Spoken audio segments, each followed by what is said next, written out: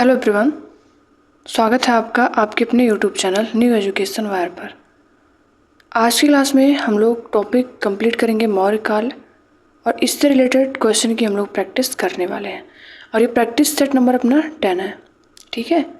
और ये जो प्रैक्टिस सेट चल रही है ये इम्पोर्टेंट किसके लिए है?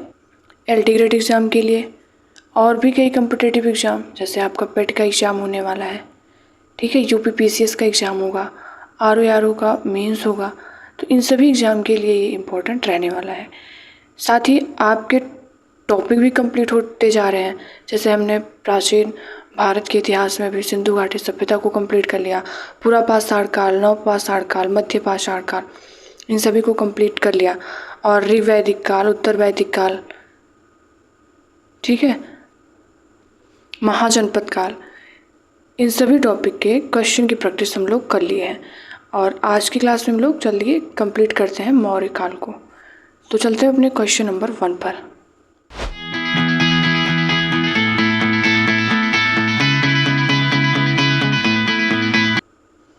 क्वेश्चन नंबर 1 क्या दिया है? अशोक के जो प्रमुख शिलालेख हैं वो संगम राज्य के विषय में हमें बताते हैं, उनमें सम्मिलित है। और ऑप्शन दिया गया है पहला और 10वां शिलालेख, पहला और 11वां शिलालेख, दूसरा और 13वां शिलालेख, दूसरा और 14वां शिलालेख।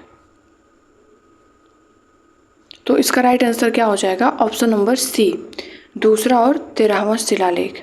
संगम राज्य चोल, चेर और पांड्य, ठीक है। चलते हैं अपने क्वेश्चन नंबर 2 पर। क्वेश्चन नंबर 2 है, निम्नलिखित में से कौन सा एक युग्म समुचित रूप से सुमेलित नहीं है? ऑप्शन है इसके मेगास्थनीज इंडिका, अश्वघोष बुद्धचरित, पाणिनि महाभाष्य, विशाखदत्त मुद्रा राक्षस। क्वेश्चन अटेम्प्ट करिए आप लोग। तो इसका राइट आंसर क्या हो जाएगा? इसमें हमें देख कर चलना है कि सुमेलित नहीं है। पाणिनि महाभाष्य, मेगास्थनीज इंडिका ये सही है, अश्वघोष बुद्धचरित्र ये भी ठीक है। अगर अश्वघोष के और रचना को देखें तो जैसे सौंदरानंद हुआ, सूत्रालंकार हुआ, ठीक है, विशाखदत्त मुद्रा राक्षस ये भी सही है। पाणिनि की रचना क्या है? अष्टाध्यायी। अष्टाध्यायी क्या है? ये संस्कृत भाषा में व्याकरण की प्रथम पुस्तक है, ठीक। क्वेश्चन नंबर 3, मौर्य काल में एग्रोनोमी अधिकारी निम्नलिखित में से किस क्षेत्र से संबंधित थे? ऑप्शन है माप और तौल, प्रशासन प्रबंधन, मार्ग निर्माण या राजस्व प्रबंधन। तो इसका राइट आंसर हो जाएगा ऑप्शन नंबर सी, मार्ग निर्माण। इसकी जानकारी हमें कहाँ मिली? मेगास्थनीज की इंडिका पुस्तक में, ठीक है। क्वेश्चन नंबर 4, अभिलेखों में किस शासक का उल्लेख प्रियदर्शी या देवनाम प्रिय के रूप में किया गया? ये प्रियदर्शी नहीं, यहाँ प्रियदर्शी रहेगा।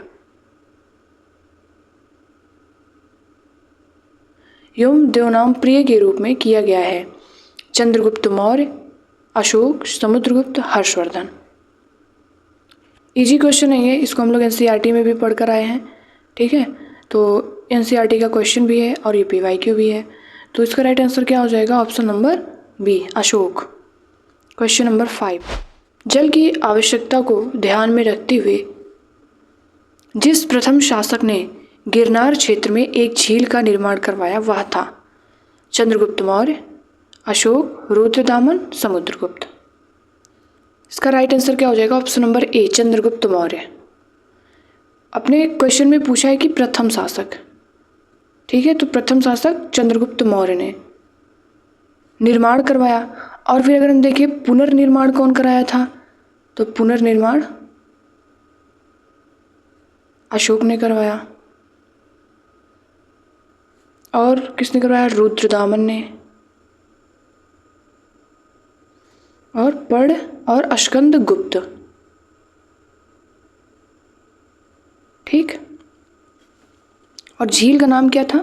सुदर्शन झील, ठीक है। क्वेश्चन नंबर 6, बौद्ध मत के सिद्धांत, आजीविकों और चारवाकों के दर्शनों का मिश्रण, उस समय के अधिकांश संप्रदायों के सिद्धांतों से संगत आचार व्यवस्था या राज्य की धार्मिक स्थिति। आई होप आप लोग क्वेश्चन अटेम्प्ट किए होंगे। तो इसका राइट आंसर है ऑप्शन नंबर सी, उस समय के अधिकांश संप्रदायों के सिद्धांतों से संगत आचार व्यवस्था, ठीक, धम्म। क्वेश्चन नंबर 7, रज्जुक कौन थे? चोल राज्य में व्यापारी, मौर्य शासन में अधिकारी, गुप्त साम्राज्य में सामंत वर्ग या शक सेना में अधिकारी? राइट आंसर क्या है इसका? ऑप्शन नंबर बी, मौर्य शासन में अधिकारी। काम क्या था इनका? राजस्व की वसूली तथा न्याय व्यवस्था की कार्यप्रणाली की देख रेख करना। क्वेश्चन नंबर 8, अशोक के शिलालेखों में प्रयुक्त भाषा है संस्कृत, प्राकृत, पाली, हिंदी?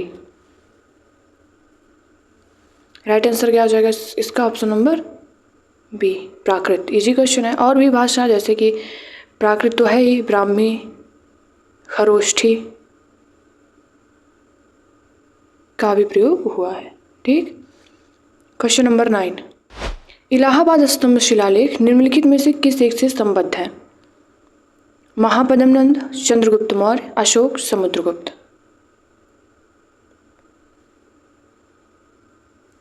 ठीक है, तो इस क्वेश्चन में क्या दिया गया है कि निम्नलिखित में से एक से संबद्ध है, ये दिया गया है। तो यहाँ पर इसका राइट आंसर क्या हो जाएगा? Option number D, Samudragupta. लिखा किसने? हरिशेर ने। हरिशेर कौन था? समुद्रगुप्त के राज कवि थे, राज कवि। और जो इलाहाबाद स्तंभ शिलालेख है मूलतः तो अशोक द्वारा उत्कीर्णित अभिलेख है, लेकिन संबद्धता किससे है? समुद्रगुप्त मौर्य, समुद्रगुप्त से। चलते अपने क्वेश्चन नंबर 10 पर। मौर्य काल में भूमि कर, जो कि राज्य की आय का मुख्य स्रोत था, किस अधिकारी द्वारा एकत्रित किया जाता था? ऑप्शन इसके अग्रनुमाई, शुल्काध्यक्ष, शीताध्यक्ष, अकाध्यक्ष? तो इसका राइट आंसर क्या हो जाएगा? शीताध्यक्ष। शीताध्यक्ष का क्या कार्य था? कृषि भूमि का अधिकारी था ये। ठीक। अग्रनुमाई, जिले का अधिकारी, जिले का अधिकारी। और शुल्काध्यक्ष व्यापार तथा व्यवसाय कर की वसूली करते थे। और अक्राध्यक्ष खानों का नियंत्रण, खानों का नियंत्रण।